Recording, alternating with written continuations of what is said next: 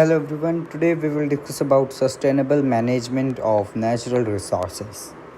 Here in today's lecture, we will discuss some of the introduction related to this chapter, and after that we will discuss about natural resources. Okay, so without any delay, let's get further into the video.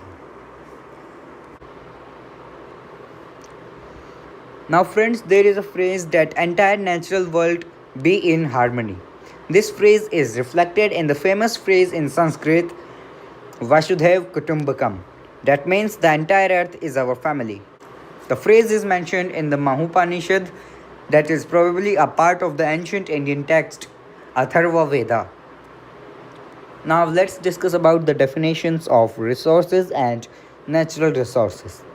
So resources are the substances or objects present in the environment which are used by the organisms for their normal growth, development and reproduction.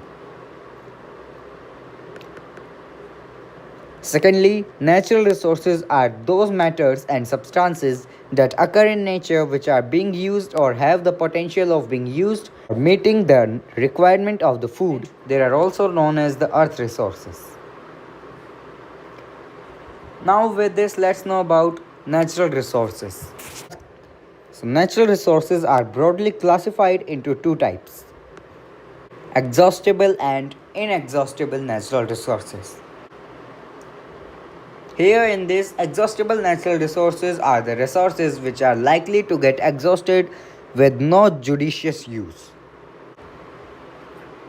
While inexhaustible natural resources are the resources which are not going to be vanished and available despite of continuous use. Now in natural resources, let's discuss about what is sustainable management. So it is a pattern of management that promises the use of natural resources in such a way that they meet the human needs in the present as well as in future. In this, we have the protective plan for Ganga. In 2004, the government launched a program that is Ganga Action Plan for the protection of Ganga. Here, the Ganga Action Plan was announced in 1985 by the Ministry of Environment and Forests. This was the first river action plan that was introduced for the improvement of water quality through interception, diversion and treatment of domestic sewage. Coliform bacteria have no taste, smell or color. They can only be detected through a laboratory test. It is a group of bacteria found in human intestines whose presence in water indicates the contamination by disease-causing microorganisms. Here in the Ganga Action Plan, one of the program is Nanami Ganga program, which is an integrated conservation mission approved as a result of flagship program by the Union government in July 2014. It was launched to accomplish the twin objectives of effective abatement of pollution conservation and rejuvenation of river Ganga. The National Mission for Clean Ganga is the implementation wing set up in October 2016. Here is a graph showing the coliform levels from Gangotri to the Diamond Harbour. Here the red graph shows the data of 2007 while the blue line shows the graph of 2011.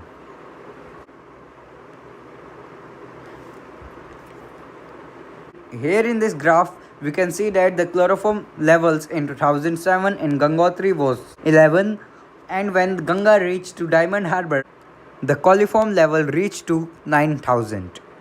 While in 2011, the coliform level in Gangotri is 900, and when it reaches to Diamond Harbour, it will 11,000.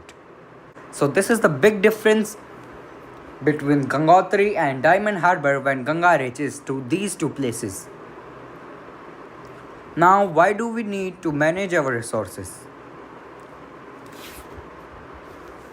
So, with the increasing human population at the tremendous rate due to improvement in the healthcare, the demand for all the resources is increasing at an exponential rate. Our ancient literature is full of such examples where values and sensitivity of humans towards the nature was glorified and the principle of sustainability was established at its best. So this is a box taken from the NCERT Class 10 Science, which states that Indian texts such as Upanishads and Samritis contain many descriptions on the uses and management of forests and highlight sustainability as an implicit theme.